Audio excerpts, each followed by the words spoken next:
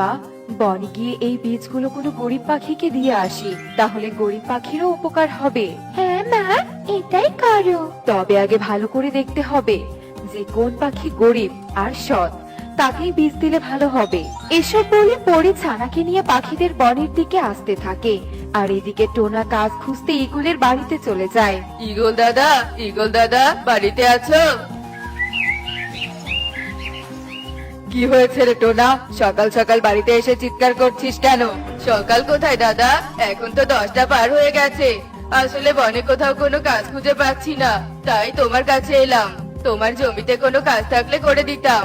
না না, আমার জমিতে কোনো কাজ নেই, আর যখন কাজ হবে তখন আমি শ্রমিককে ডেকে নিব, এভাবে বাড়িতে এসে কাজ চাইতে হবে না। আচ্ছা ঠিক আছে দাদা। এরপর টোনা সেখান থেকে চলে যায় আর একটি পুকুর পাড়ে গিয়ে বসে পড়ে। বনে তো কোথাও কোনো কাজ পেলাম না, এখন বাড়িতে খাবার কি করে নিয়ে যাব?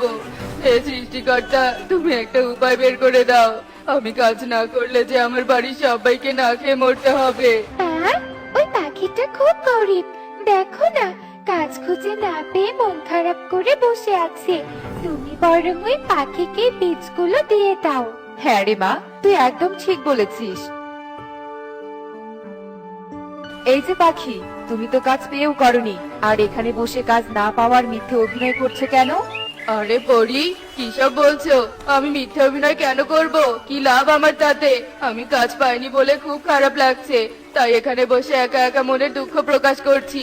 আমায় বিশ্বাস করো, আর তা না হলে তুমি আমার সাথে চলো, তাহলেই সবটা দেখতে পারবে। না না, আমি তোমার সাথে বন ঘুরতে পারবো না। আচ্ছা, আমি তোমাকে অনেক স্বর্ণমুদ্রা আর হীরা দিতে চাই। তুমি কি স্বর্ণমুদ্রা নেবে নাকি হীরা নেবে? যে কোনো একটি নিতে পারবে।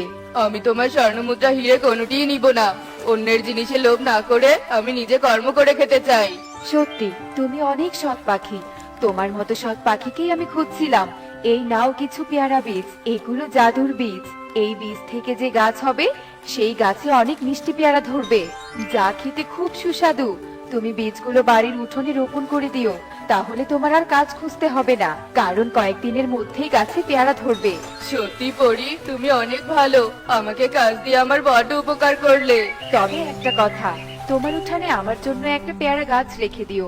আমি কিছুদিন পর এসে পেয়ারাগুলো ছিঁড়ে নিয়ে যাব, আর প্রথমবার পেয়ারা বিক্রির টাকা শেষ না হতে 1 মাস পর আবার পেয়ারা ধরবে। আর এই খাবারগুলো নিয়ে যাও, কয়েকদিন খেতে পারবে। আচ্ছা ঠিক আছে পরি, আর তুমি আমার এত বড় উপকার করলে তোমার জন্য কি পেয়ারা গাছ না রেখে পারি? অবশ্যই রেখে দিব। এরপর টোনা পেয়ারা বীজ নিয়ে বাড়িতে চলে আসে আর টুনিকে সব কথা খুলে বলে, এবং তারা বীজগুলো বাড়ির উঠোনে পুঁতে দেয়। আর এভাবেই সেই দিন কেটে যায়। পরদিন সকাল হতে পেয়ারা বীজ থেকে গাছ বেরিয়ে আসে। এ কি টোনা, একদিনেই এত বড় গাছ হয়েছে? পরীর কথাই সত্যি, কয়েকদিনেই বুঝি পেয়ারাও ধরবে। হ্যাঁ টুনি, পরীরা কি আর মিথ্যে বলে? কি রে টুনি টোনা, তোরা আবার উঠোনে কখন পেয়ারা গাছ লাগিয়েছিস? কাল সকালে তো দেখে গেলাম উঠোনে কোনো গাছ নেই। তুমি যাওয়ার পরেই লাগিয়েছি দিদি। এরপর টুনি সুকিকে সব কথা খুলে বলে। পরি বীজ দিয়েছে, তাহলে তো সুস্বাদু পেয়ারা ধরবে। টুনি টোনা, আমি আগে বলে রাখছি, পেয়ারা ধরলে কিন্তু আমার বাড়িতে এক ঝুড়ি পেয়ারা আগে দিয়ে আসবি।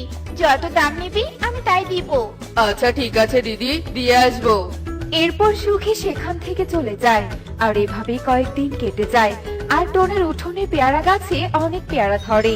টুনি, আমি গাছে উঠে পেয়ারাগুলো পারছি, আর তুমি ঝুড়ি এনে পেয়ারা কুড়াও। পেয়ারা বিক্রি করে খাবার কিনে আনতে হবে। আচ্ছা ঠিক আছে টোনা, আমি এক্ষুনি ঝুড়ি নিয়ে আসছি।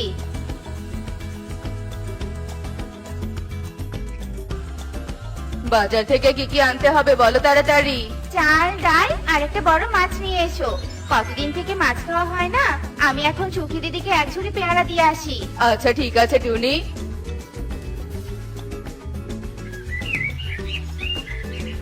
পেয়ারা নেবে পেয়ারা, সুস্বাদু সুস্বাদু পেয়ারা। যারা যারা পেয়ারা নিবে তাড়াতাড়ি আমার কাছে চলে এসো। পেয়ারা নিবে পেয়ারা।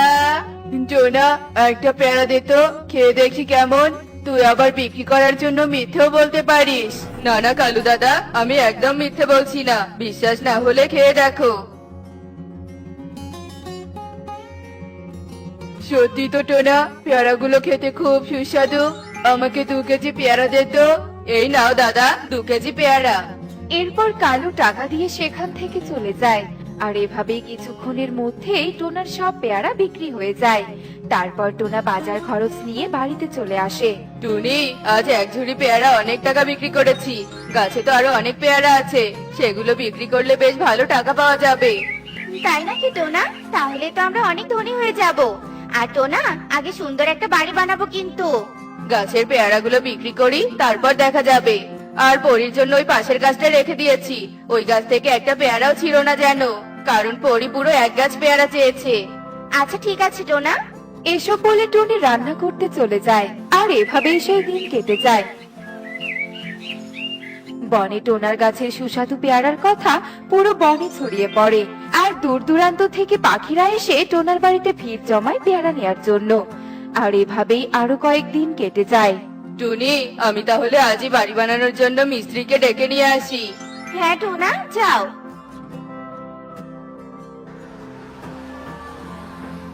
এই যে পাখি, শুনলাম তোমাদের বাড়িতে সুস্বাদু পেয়ারা গাছ আছে। আমাকে 10 কেজি পেয়ারা দাও তো। ছিল তো, কিন্তু দাদা কয়েকদিন আগে তো শেষ হয়ে গেছে। ওই তো একটা গাছে আরো পেয়ারা দেখা যাচ্ছে, মিথ্যে বলছো কেন? না মানে, ওই গাছের পেয়ারা তোমাকে দেয়া যাবে না, কারণ ওই গাছ একজনের জন্য রাখা হয়েছে। যার জন্য রেখেছো তার থেকে আমি বেশি টাকা দিব, তারপরেও আমাকে পেয়ারাগুলো দাও। আমার কাছে টাকার অভাব নেই, এই দেখো কত টাকা এনেছি। ওই পেয়ারার টাকা দিয়ে তো বাড়ি বানাতে শেষ হয়ে গেছে। আর এই গাছের পেয়ারা বিক্রি করলে আমি একটা সোনার হার বানাতে পারবো। তাহলে 10,000 টাকা দিতে হবে। এই নাও টাকা, পেয়ারাগুলো পেড়ে গাড়িতে তুলে দাও। এরপর টুনি গাছ থেকে পেয়ারা পেড়ে প্যাঁচার গাড়িতে তুলে দেয়। আর প্যাঁচা সেখান থেকে চলে যায়। তখনই একটি পরী সেখানে ঝুড়ি নিয়ে চলে আসে। এই যে পাখি, তোমার স্বামী কোথায়? ও তো মিস্ত্রি ডাকতে গেছে। আমি যে পেয়ারা রাখতে বলেছিলাম, পেয়ারা কি রেখেছে? ইয়ে মানে, না পড়ি, কয়েকদিন হয়ে গেল, তবুও তুমি আসছো না বলে আজকে এই পেয়ারাগুলো বিক্রি করে দিয়েছি। কাজটা তোমরা ভালো করনি। আমি তো রাখতে বলেছিলাম যে কয়েকদিন পর আমি পেয়ারা নিতে আসবো। আরে পরি, তুমি এসেছো? আমরা তো তোমার অপেক্ষাতেই ছিলাম। তোমাকে অনেক ধন্যবাদ, তোমার দেওয়া বীজ থেকে সত্যি সুস্বাদু পেয়ারা ধরেছে। চুপ করো, তুমি যে একটা খারাপ পাখি তা আমি আগে জানতাম না। কথা দিয়ে কথা রাখতে পারোনি। তোমার মনে এত লোভ, সামান্য কটা টাকার জন্য আমার গাছের পেয়ারাগুলো বিক্রি করে দিয়েছো। মানে কি বলছো এসব? আমি তো তোমার গাছের পেয়ারা বিক্রি করিনি। টোনা, আমি লোভে পড়ে বিক্রি করেছি, আমাকে ক্ষমা করে দাও। আমার কাছে এই ভুলের কোনো ক্ষমা নেই। আমাদের জন্মদিনে 10টি ফলের আইটেম করতে হয়, তাই 10 রকমের ফলের বীজ গরিব পাখিদের দিয়েছিলাম। অন্য বনের পাখিরা আমার কথা রেখেছে, কিন্তু তোমরা রাখতে পারলে না। তোমাদের জন্য আমার মেয়ের জন্মদিন সম্পূর্ণ হলো না। এসব বলে পরি মন খারাপ করে সেখান থেকে চলে যায়। আর সাথে সাথে পেয়ারা গাছগুলো অদৃশ্য হয়ে যায়। হে কি টোনা, পেয়ারা গাছগুলো অদৃশ্য হয়ে গেল কেন? সব হয়েছে তোমার জন্য। কেন এত লোভ করতে গেলে? আর যদি লোভ করে পেয়ারা বিক্রি না করতে, তাহলে সারা জীবন জাদুর পেয়ারা গাছগুলো আমাদের উঠানেই থাকতো। টোনা, আমি অনেক বড় ভুল করেছি, আর কখনো এমন লোভ করবো না। কথাটা যেন মনে থাকে। তোতা দাদা, তুমি চলে যাও। নতুন বাড়ি বানানো আর হবে না, কারণ যা টাকা আছে তা দিয়ে যদি বাড়ি বানাই তাহলে চলবো কি করে? এরপর তোতা সেখান থেকে চলে যায়। আর টোনাটুনি তাদের লোভের জন্য আফসোস করতে থাকে। কিশোরগঞ্জ বনে মিনু বৃদ্ধা একাই বাস করত।